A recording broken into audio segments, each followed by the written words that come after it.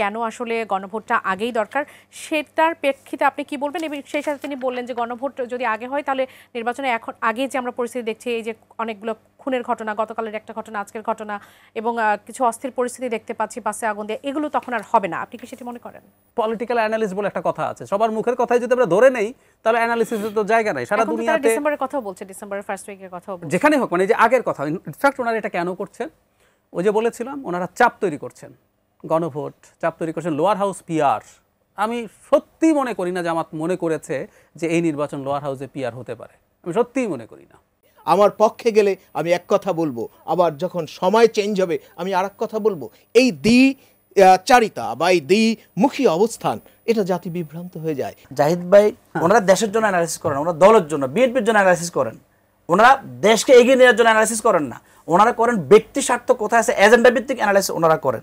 ওনারা যদি অ্যানালাইসিস করতেন তাহলে আজকে গণভোটের পক্ষে, জুলাই সনদের পক্ষে ওনারা কথা বলতেন। বিএনপি তার রাজনীতির ইতিহাসে যত শত ভুল করেছে তার কানাকুড়িও জামাত ইসলামী করে না। খালেদা জিয়া বলেছেন জামাত ইসলাম যুদ্ধাপরাধীর সাথে জড়িত নয়, এই কথাটি আসলে সত্য নয়। এটা একটি আমার মনে হয় বিভ্রান্তিমূলক কথাবার্তা।